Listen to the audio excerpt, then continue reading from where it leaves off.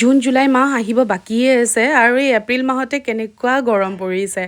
একদম মানে কি ক'ম আৰু এই গৰমত যে আপোনালোককো ক'লোঁ যে কি ছানস্ক্ৰীন নলগোৱাকৈ একদম বাহিৰত ওলাই নাযাব আৰু মই ছানস্ক্ৰীনত ব্যৱহাৰ কৰি আছিলোঁ জভিজৰ SPF 60+ যিটো এইটো কোনো ব্ৰেণ্ড প্ৰমোশ্যন নহয় মই ভাল পাইছোঁ ডেটছ ৱাই কৈছোঁ আৰু এটা কথা মন ৰাখিব যে কি ছানস্ক্ৰীন লগাই ওলোৱাৰ আগতে এটলিষ্ট 15-20 মিনিটমান ঘৰৰ ভিতৰতে ৰৈ দিব ডাইৰেক্ট মানে বাহিৰত ওলাই নাযাব ছানস্ক্ৰীন লগাই উঠিকে এটলিষ্ট স্কিনটোক মানে ছানস্ক্ৰীনখিনি এবজৰ্ব হ'বলৈ দিব সেয়ে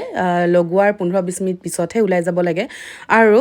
মই অফিচ এটাত গৈছিলোঁ বিশেষ এটা কামত তাতেও মই লাঞ্চ লৈ গৈছোঁ কাৰণ তেওঁলোকৰ তাতে লাঞ্চ কৰিব পৰা খুব ধুনীয়া সুবিধা আছিলে আৰু আজি মোৰ লাঞ্চত একদম